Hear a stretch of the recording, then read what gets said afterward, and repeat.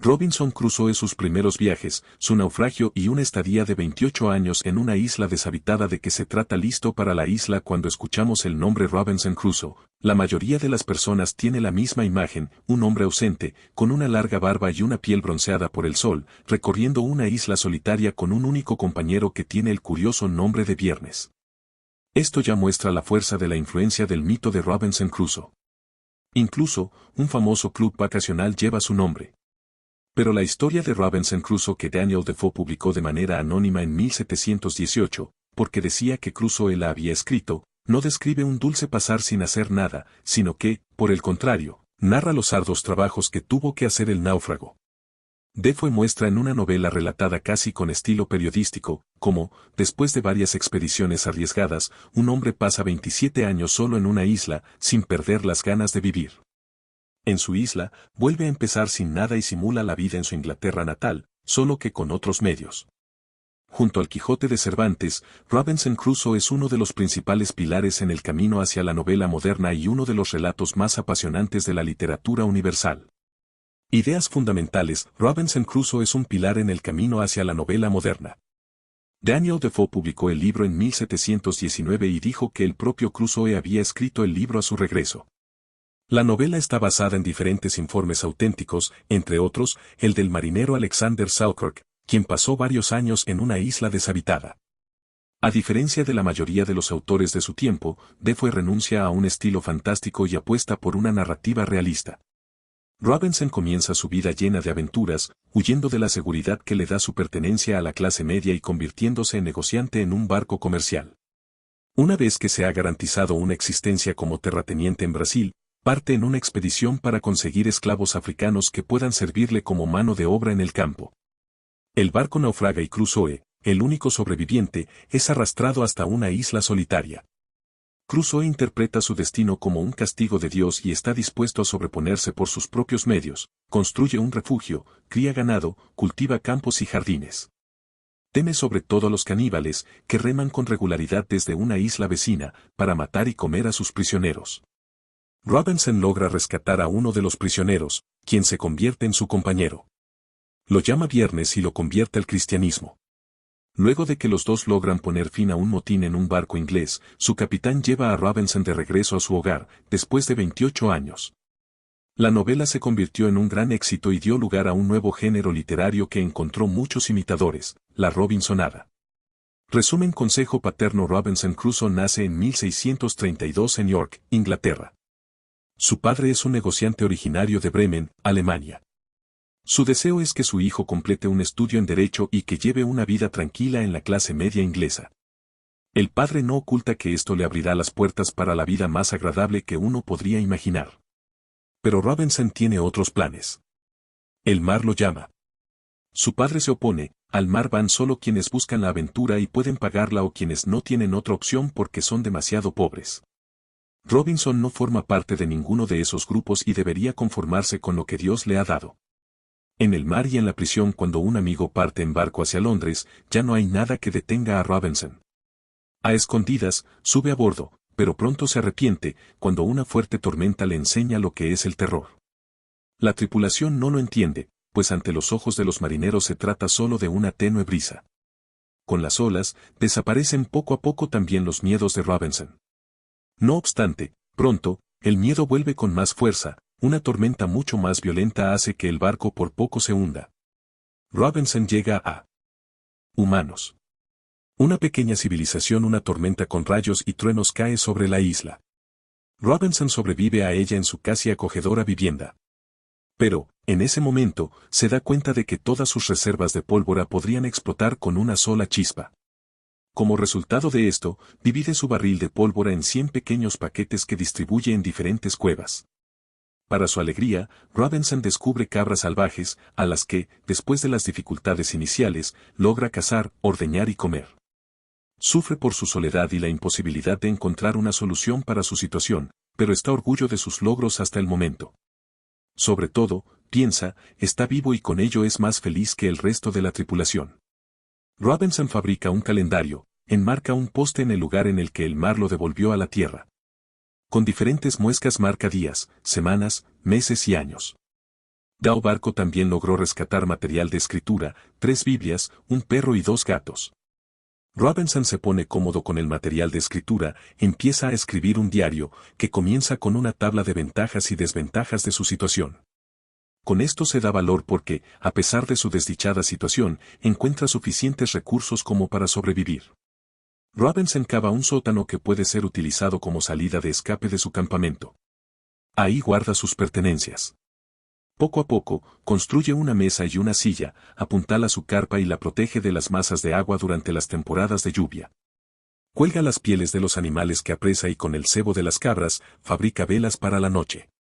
Cuando tira uno de los sacos del barco con semillas podridas, algunos de los granos caen en suelo blando.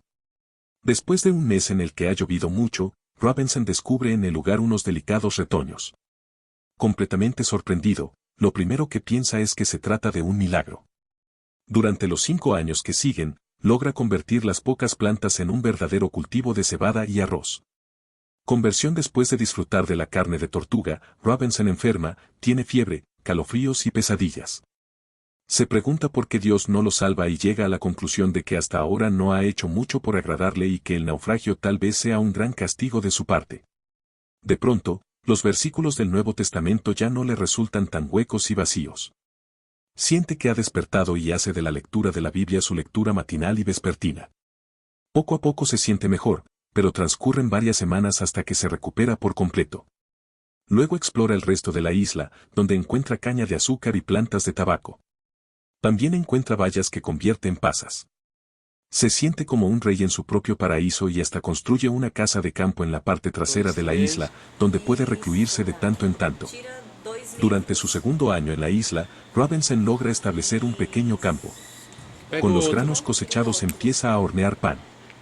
Mientras tanto, también tiene una cabra hogareña y un papagayo amaestrado. Caníbales en un día especialmente diáfano, Robinson logra divisar otra isla en el horizonte. ¿O acaso se trata de tierra firme? Construye un bote con un tronco, pero más tarde descubre que no puede trasladar el pesado vehículo hasta el agua. Con la ayuda de pieles de animales fabrica su vestimenta y hasta hace un paraguas para protegerse de las lluvias frecuentes. Finalmente, construye un nuevo bote que es lo suficientemente pequeño como para trasladarlo hasta el agua. Con él intenta bordear la isla cuando, de pronto, la corriente lo aleja más y más. Con sus últimas fuerzas, logra remar de regreso a la isla. Así, suspende estas escapadas por un tiempo. El muchacho debería alegrarse de poder quedarse en casa, se convertirá en el más desgraciado de los seres si va a países extraños. No puedo dar mi autorización. Durante uno de sus recorridos hasta la costa de la otra isla, Robinson encuentra restos de huesos humanos. Caníbales. Durante las siguientes noches, el miedo no le permite dormir. Traza planes de ataque y defensa, busca alturas adecuadas para un ataque y finalmente abandona su empresa porque no se encuentra con ningún extraño. Aunque era un buen nadador, la inmensidad de las olas me robó el aliento y cuando una me arrojó en la costa, lo hizo con tal fuerza que quedé casi inconsciente en la arena. No obstante, un día, es testigo de la llegada de los caníbales. Desde un cerro, observa cómo un grupo de personas se acerca a la costa con canoas y, momentos más tarde, matan a uno de sus prisioneros y lo devoran. El segundo es más ágil y logra escapar de los caníbales cuando sueltan sus amarres. Perseguido por 2 de los caníbales, corre hacia el monte. Robinson coge su escopeta y dispara a uno de los perseguidores. Poco después, el perseguido se acerca a Robinson y le deja en claro que le está agradecido y que se pone bajo sus órdenes. Luego, decapita al segundo perseguidor con el sable de Robinson. Al ver el dinero, sonreí. No eres más que chapa sin valor, dije, ¿de qué me sirves? Robinson bautiza a su nuevo siervo y compañero Viernes, porque ese día llegó a su vida. En Viernes, encuentra un estudiante ávido por aprender. Le enseña inglés, modales occidentales y la Biblia. Robinson rechaza con asco todas las insinuaciones de Viernes de comer a los 2 caníbales muertos. A lo largo de los 3 años que comparten, se convierten en buenos amigos, a pesar de que entre ellos persiste una clara jerarquía de siervo y señor. Robinson disfruta especialmente de las intensas conversaciones teológicas, sobre todo porque Viernes, con sus preguntas libres y desprejuiciadas, lo lleva a pensar en cosas que nunca se le hubieran ocurrido. De regreso a Europa, Viernes quiere volver con su tribu, pero, Antes de hacerlo, juntos liberan a otros dos prisioneros que fueron transportados por los caníbales a la isla. Uno es un español y el otro es el padre de Viernes. El español cuenta que algunos europeos arribaron a la isla de los caníbales. Robinson quiere traerlos también a la isla. Mientras los dos recién llegados utilizan una canoa para ejecutar su plan, un barco inglés aparece en la costa. Un bote se acerca a la isla. A bordo hay varios marineros y 3 prisioneros. Robinson los interroga. Se trata del capitán, un suboficial y un viajero, víctima de un motín. Junto con este trío, Robinson y Viernes logran vencer a los amotinados. Algunos de ellos se ponen nuevamente al servicio del capitán y otros permanecen rígidos en su postura. Robinson, que se presenta como el gobernador de su isla, les da una opción: pueden volver a Inglaterra y ser colgados o quedarse en su isla. La segunda opción parece resultarles mejor. El capitán, agradecido, pone su barco al mando de Robinson. Junto con Viernes, viaja de regreso a Inglaterra a través de Portugal, y lo hacen por un camino peligroso y extenuante. Más tarde, Robinson se casa y tiene 3 hijos. Tras la muerte de su esposa, se va de nuevo a recorrer los mares. Acerca del texto, estructura y estilo, quien en las aventuras de Robinson solo ve la descripción de la supervivencia en una isla solitaria, solo conoce la mitad de la historia. Sin duda, la historia del náufrago ocupa un gran espacio en la novela, pero antes de esto, Robinson corre 2 veces el peligro de morir porque desoye las advertencias de su padre y porque no puede aceptar llevar la vida sedentaria y tranquila de la clase media. Es la tercera aventura, en la que zarpa como comerciante de esclavos, la que lo lleva a la conocida historia de la isla. Cuando Robinson llega a la isla, Defoe comienza con un estilo narrativo que marca la modernidad de su novela, da a la historia un halo de historia verídica. Ya en su prólogo, Defoe explica que se hizo famoso como periodista, pero que en este caso se trata de solo de una historia de hechos, un informe sobre hechos verídicos. El estilo es acorde, describe la vida del náufrago de manera directa y con claridad, con una minuciosidad casi dolorosa. A esto se suma más tarde el diario de Robinson incorporado en la narración. De pronto, son 2 las voces del mismo hombre que hablan al lector. El viejo Robinson, que relata en retrospectiva sus días de juventud, y su joven yo, en el diario. Pero, quien observa con más detenimiento descubre que a veces Defoe mezcla estos 2 planos. El carácter documental de esta ficción presentada como real vuelve a modificarse en la tercera parte del libro, con el rescate de Viernes y la llegada de los europeos, el relato vuelve a virar hacia la novela de aventuras. Enfoques interpretativos: el Robinson Crusoe de Daniel Defoe, junto con el Quijote de Miguel de Cervantes, es considerado uno de los pilares de la evolución de la novela moderna. A diferencia de Cervantes, Defoe da por completo la espalda al relato fantástico. A pesar de que se trata de una ficción, Defoe afirmaba que las experiencias de Robinson son reales y se esforzó en utilizar un estilo nuevo y realista. De este modo, Defoe logró combinar 2 tendencias estilísticas: el placer de fabular historias ficticias, novela, y la necesidad de contar informes auténticos, relatos de viaje, de la clase media inglesa, informe de los hechos. Otra novedad de esta forma es que, con Robinson Crusoe, el héroe burgués queda en el centro de la novela. La creencia que se expresa en Robinson Crusoe de que el trabajo duro conduce a una vida agradable a Dios, lo posiciona como un representante del puritanismo. 2 siglos más tarde, en la teoría del sociólogo Max Weber, se afirma que una determinada ética religiosa del trabajo es la base para el desarrollo del capitalismo moderno. La novela contiene ideas importantes sobre la ilustración. Por ejemplo, la relación alumno-maestro que se establece entre Robinson y Viernes deja en claro que el ser humano necesita de la educación para desarrollarse completamente. Antecedentes históricos: la era augustana y puritanismo. La novela de Daniel Defoe apareció en una época especialmente fructífera de la literatura inglesa. La literatura augusta, aproximadamente entre 1700 y 1744, constituye el punto culmine del clasicismo inglés y estuvo especialmente signada por el escritor Alexander Pope. Este nombre se remonta al hecho de que los escritores de la literatura augusta se orientaban a la antigüedad griega y romana. Entre los autores famosos de esa época, Daniel Defoe era considerado marginal, porque provenía del periodismo. Jonathan Swift dijo alguna vez sobre él: el tipo al que expusieron a la vergüenza y cuyo nombre he olvidado. Sin embargo, Defoe se encuentra entre los autores cuyas obras se volvieron especialmente populares. Con Robinson Crusoe pudo lograr, por así decirlo, dar a luz a la novela inglesa moderna. El contexto histórico concreto se trasluce en muchos puntos de la novela.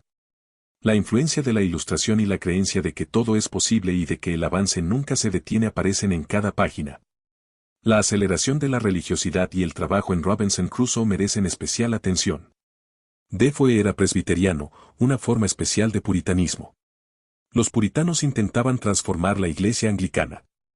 Ese fue uno de los factores que condujeron a la Guerra Civil Inglesa, 1642 a 1649. El puritano Oliver Cromwell derrotó al rey Carlos I, lo condenó a la muerte y convirtió a Inglaterra en república. Con el retorno de Carlos II y la restauración de la iglesia que esto trajo consigo, los puritanos fueron excluidos de todos los puestos relevantes. El personaje de Robinson Crusoe muestra la ética de la burguesía puritana del trabajo duro y la confianza en Dios como conductos para el bienestar y la riqueza. Los puritanos, que también fueron los primeros colonizadores de Estados Unidos, equiparaban el bienestar material con el agrado de Dios, que sirvió luego como base ideológica para la filosofía pragmático-utilitarista y, más tarde, para el capitalismo. Origen para su novela, Daniel Defoe recurrió a diversas fuentes. Una de ellas es la historia del marinero escocés Alexander Selkirk, quien desertó de un barco y pasó solo 4 años en la isla Juan Fernández, al noroeste de Chile. En 1709, un capitán inglés lo encontró y lo llevó de regreso a su hogar. El capitán N publicó más tarde la conmovedora historia de Selkirk. Por su parte, el título original de la novela de Defoe llenaba, como era usual para la época, la totalidad de la portada del libro y constituye un pequeño resumen de la historia, la vida y las extrañas aventuras de Robinson Crusoe, un marinero de York que pasó 27 años solo en una isla deshabitada frente a las costas americanas, cerca de la desembocadura del Orinoco, a donde fue arrojado por el mar después de un naufragio en el que falleció toda la tripulación excepto él. Además, el informe de cómo fue rescatado por piratas de un modo increíble. Escrita por él mismo. La publicación de Robinson Crusoe 1719 se produjo en forma anónima. El mismo año, Defoe envió la continuación. En Más aventuras de Robinson Crusoe, el héroe vuelve a abandonar su vida segura y parte con Viernes en una expedición por Persia, India, China, Rusia y, finalmente, su isla, en donde la población que allí había quedado siguió desarrollándose. En 1729, la colección se completó con la colección de ensayos serias reflexiones durante la vida y las sorprendentes aventuras de Robinson Crusoe. Las dos continuaciones quedaron prácticamente en el olvido. Influencia la obra de Defoe, que se convirtió inmediatamente en un gran éxito, despertó envidias y provocó la aparición de algunos textos difamatorios, a los que el autor respondió tardíamente. Las dos continuaciones eran más importantes para él, pues consideraba que se estaba produciendo una revolución literaria y que sus lectores sabrían reconocerlo. En el año de su publicación, se vendieron 4 ediciones. En otros países, además de las traducciones, un año más tarde, aparecieron las imitaciones y versiones locales. Entre ellos se encontraban un Robinson holandés 1721, un Robinson alemán, también llamado Bernard Creus 1722 y hasta un Robinson sajón 1722. Además, aparecieron publicaciones francesas, americanas y suecas, así como el libro La familia suiza Robinson 1812, de Johann David Wass. El libro de Defoe creó un nuevo tipo de novela, la Robinsonada. Johann Gottfried Straubel escribió la versión alemana más famosa, La isla Felsenburg 1721. La historia de Robinson Crusoe como epítome del hombre solitario en una isla se convirtió en uno de los mitos más importantes de la cultura occidental. En especial para los románticos, este es un libro de gran importancia, las ansias de viajar, el espíritu aventurero y, sobre todo, Viernes, el noble salvaje, eran especialmente valorados. La novela ejerció una gran influencia en la literatura de viajes, en las novelas educativas y en las llamadas novelas de estados utópicos. Una de las adaptaciones modernas más conocidas de este tema es El Señor de las Moscas, de William Golding 1954, en la que algunos jóvenes cadetes militares deben hacer tierra en una isla y, divididos en 2 grupos opositores, luchan por sobrevivir y se vuelven completamente salvajes, hasta que finalmente los rescatan.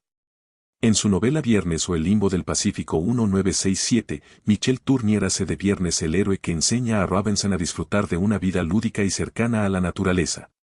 La novela de Defoe fue llevada al cine en varias ocasiones. La más reciente representación fílmica de este tema es El náufrago, Cast Away, del 2000, con Tom Hanks en el papel principal. Sobre el autor Daniel Defoe nació en el año 1660 en Londres. Su padre era carnicero y no pertenecía a la iglesia anglicana. Fue por ello que Daniel, quien más tarde se convertiría en un ardiente opositor del protestantismo, tuvo vedado el acceso a la universidad.